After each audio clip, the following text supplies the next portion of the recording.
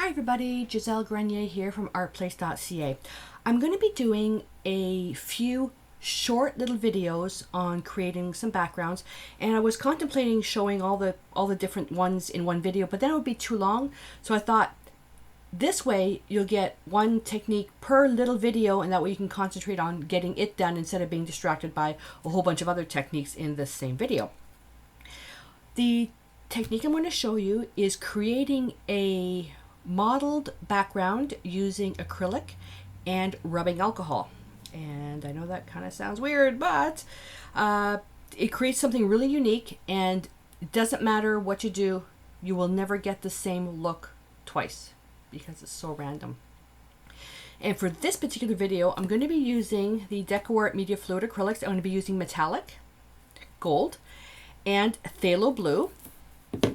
I'm going to be using some gesso, and you'll need some rubbing alcohol. Now I'm using the 99% alcohol. You can find that in your pharmacy, of course. And for brushes, I'm gonna get some paper towels. So I've got my brushes in some water because we're yet in another heat wave. I've got some brushes here. The type of brush doesn't matter as long as it's large. And I also have this thing here. Is just basically to scoop up the alcohol for one of the techniques, and it comes with a brush, and it's for some fancy script writing. So I use this more as a tool. I was going to use eyedroppers, but I've got eyedroppers in my eyedropper was used for the essential oils. So for the paper, I'm using the Strathmore mixed media paper, and I'm using the 400 series. You can use anything you want. If you're using thin paper, you will need to add maybe a couple of extra layers of gesso so it's thick, because this stuff here, you don't want it to bleed through. Now I've got some gesso prime papers already prepared to save some time. So I'm just using a foam brush. Why I chose a foam brush for this is beyond me, because I always use my scrubby brush, but oh well. You can tell the paint's already drying. And in my Mr. bottle, I forgot, I should say that when I use it, I have distilled water in there. I don't have tap water. Tap water has all these different chemicals and stuff like that, and fluoride and all that other stuff, and I don't want it to react in here, so I just use distilled water. That's a personal preference. So I'm going to take, this is getting down to the end of the pad. So you're going to prime a sheet of gesso, and you're going to put it aside. So I have one already prepared. And what you're going to do now is you're going to, for this particular lesson, you're going to take some metallic paint.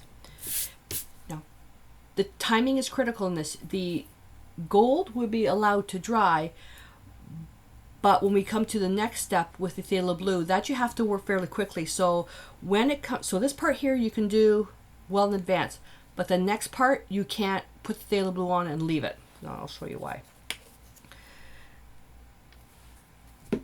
And just going to apply, and for my own preference, I will put 2 coats of this on. And if you do this on a pad, it's handy because you can hold the back cover so you don't have to get your fingers in the metallic paint.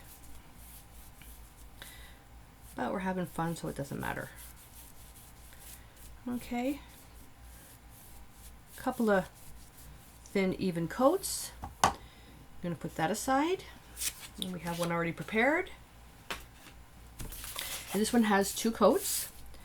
This is where it gets really fun. So while I'm going to pour some of the alcohol, and I should use a bigger container, not something this small.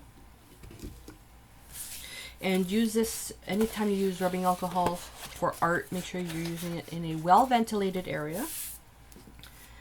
And just to show you what I'm going to be doing, because when I start doing it, I can't stop, is I'm going to be dipping this so it drips.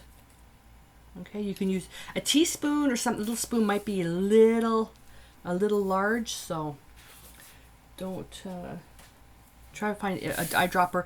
I'm going to be doing another video showing my fingers, another video showing a toothbrush. So What I want to do now is lightly spray mist, and I want to just dampen it. This will help with the drying time so it doesn't dry so fast. And the brush should be damp but not sopping, so blot off the excess. And you're going to put some phthalo blue on there, and it needs to be really, really wet. And we don't want to let this dry.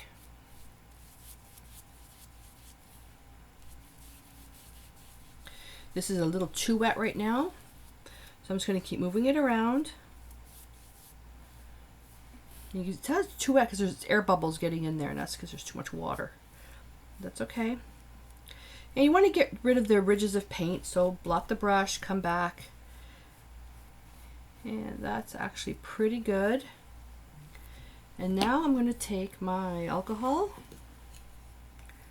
and just dip. And if you get further away, the droplets are different sizes. You get closer, the drops are different sizes. Look at that, isn't that cool?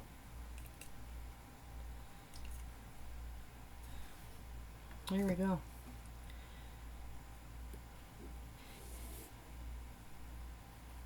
Pretty neat, eh? And that's it. And you just let that dry. You don't have to do anything else with it. And as it dries, the paint will become a little bit more apparent, the metallics below. This dried too long. I should have worked a little bit faster. See, it doesn't matter really what you do now. Nothing's going to happen. What you can do though, and I'll show this in a different video, is use some paper towel to do some wipe offs.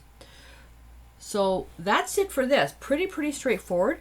Now if you don't take a heat gun to this because alcohol is flammable, let this air dry. So I'm going to wait a few minutes for it to dry, and then when we come back I'll show you what it looks like. So there we go. Pretty neat. So what I'd like to show you now is the same technique without using the metallic paint. We're just going to use the white of the paper. So I've got the other prepared. I'm trying to find one that's dry. So we're going to do the same thing. So I'm going to take my brush with the blue. Actually, see if we can just use this like this. Phthalo blue is super powerful. This is the blue that I always get on myself, so I put an apron on. I want this really strong. If you're using tube acrylics, you'll need to water them down a little bit.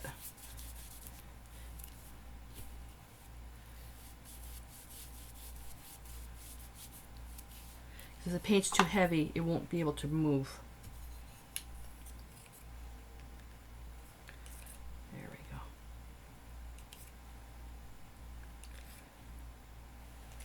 And you can put on as many as you want or as little as you want. So you can see here the paint is much thinner, so it's really giving you nice high contrast circles.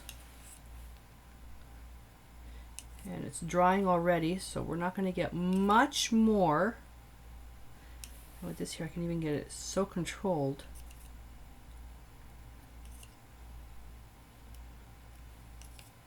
Yeah, see, now it's drying. So once it starts drying, there's really not much you can do. You can look for areas that are wet.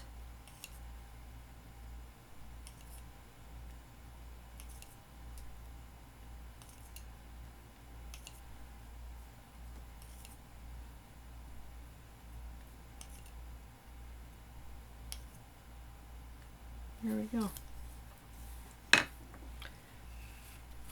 Then we can tilt it. The paint might be a bit dry for that if you tilt it to get dripping, and it's not. This is almost dry already. Pretty cool, eh? So this is another great way to get some really quick random backgrounds. And you may say, oh, that's too wild for me. Don't forget, these are just backgrounds. Okay, we create formal art on this in phase 2 of the project. But, you know, this is just ideas for backgrounds, and what I do is I look at them and I'll try to get inspired. And what I'm thinking of right now is gardening. All I'm looking at is I'm imagining stepping stones. And that's just what I'm imagining right now. So, but anyway, so give that a try. And if you don't have rubbing alcohol, I mean, you can pick it up at the dollar store, or it's better to actually get the stuff from the pharmacy because it goes a long way. But give it a try. Well ventilated room. Read the directions on the alcohol for safety. And I would love to see what you've created. So feel free to send it to me, or better yet, share it in our private Facebook group, and so we can all get different ideas of what to try next. So off to the next video, and until then, stay inspired.